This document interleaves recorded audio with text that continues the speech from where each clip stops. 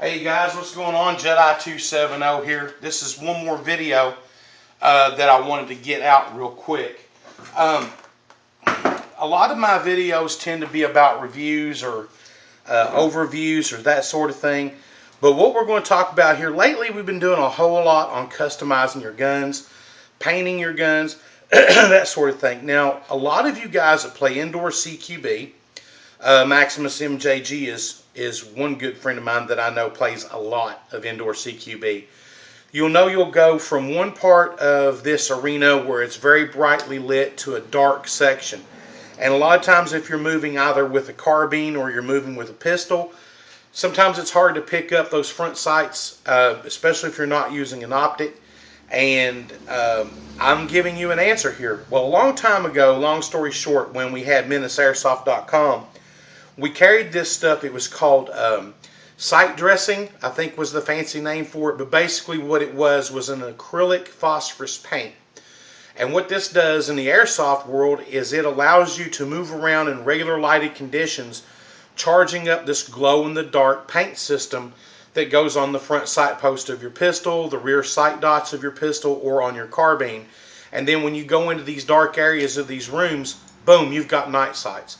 A lot of us don't really want, me included, to sink $100 and some odd into a pair of Tritium night sights. It's expensive. I don't see a problem with it on a real steel weapon. Matter of fact, I highly suggest you do that to your real steel weapons if you can. It's one of the best upgrades you can possibly have for that weapon. But we carried this stuff called sight dressing, and it was like $19.99 a bottle. It was a pretty good sized bottle, and it would last you a good long time. And not too long ago, I realized that Folk Art, which is this company here, makes a glow-in-the-dark phosphorus paint. Now you can get this paint in like 4 different colors. You've got yellow, which is more like your basic tritium colors. It's almost like a yellowish limeish green. And then you've got green, and it comes in a hot pink for all you ladies and special guys out there. And you can also get it in a red, and I think there's a berry color. Go figure, right? All right, now, a good friend of mine, Pussy Lover, will recognize this name when I mention it. He's highly into scaled replica cars. There is a company called Tamiya, and Tamiya is probably one of the best model kits on the planet, if not the best plastic model kit on the planet. You can get aircraft models where it will go down to every little rivet, every little bolt, and sometimes the mold lines are so distinct you can see hammer lines and tool marks on those rivets and bolts. It's freaking amazing. And when you get like a small model kit of a tank about that big that costs you $60, that's quality. Any Michaels or Hobby Lobby will carry these made by Tamiya. What they are a detailed type like a Q-tip, and there is a very, I don't know if you can tell, very, very, very small cotton swab at the very tip of this. Now, if you're going to go into doing stuff like here on the WOC, you're going to get in these trademarks. You can also use it for that. I find them very useful, especially when I'm making night sights on my weapons. What we're going to do is, this is Pyro's gas blowback GHK conversion from GMP, or G&G, I'm sorry. We're going to do his front sight post. We're going to do the GMP's front sight post. And then I'm going to show you all the different guns here on the table that already have this treatment.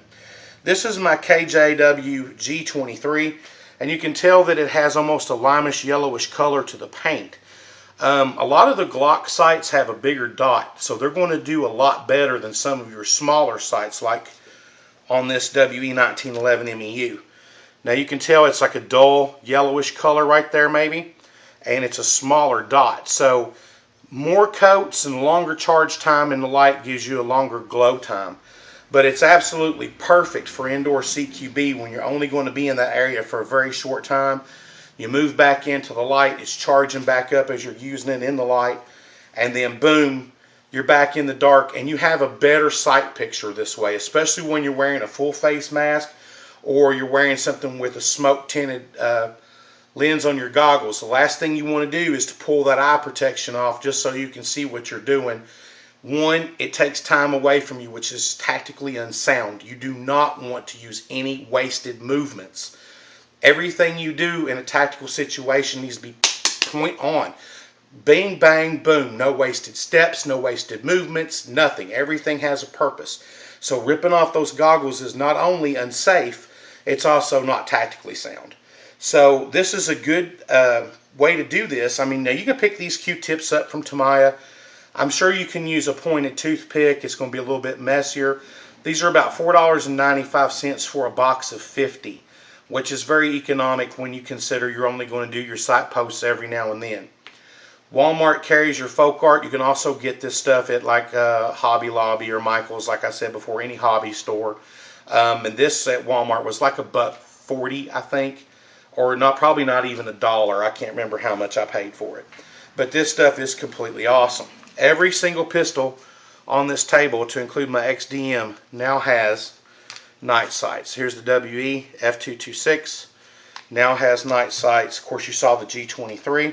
This is the dark lime green color on the front sight post of the WE Browning High Power. And then, of course, we just saw the 1911. So what we're going to do now is we're going to shake up this bright yellow. I like it a lot better. Take that cap off. Make sure we don't get any spillover. It doesn't get on anything like it just did right there. And then we want to take the M4. Hopefully you can see this. And right here is your front sight post. You want to get a little bit on your brush there. And you want to come back up here on the top. And you don't need to do the entire sight post. You just need to do the objective side. Let that dry off a little bit. Now the thing about this paint, guys, with phosphorus, as it dries, it becomes more usable and sight friendly. There's your first coat.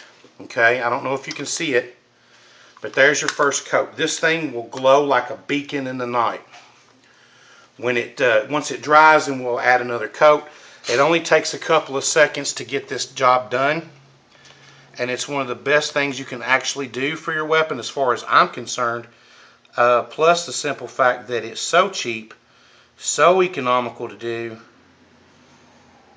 And once you get your weapon zeroed with your front sight post, then you want to do the side closest to you.